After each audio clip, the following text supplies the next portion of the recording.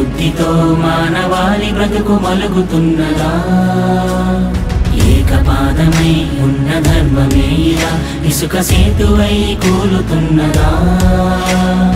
ఆధరణి కన్నీరు తుడిచేందుకు నీరాకకే వేచెరా, ఆసుర రాజ్యాన్ని అణిచేందుకు సాయాన్ని కోరిందిరా.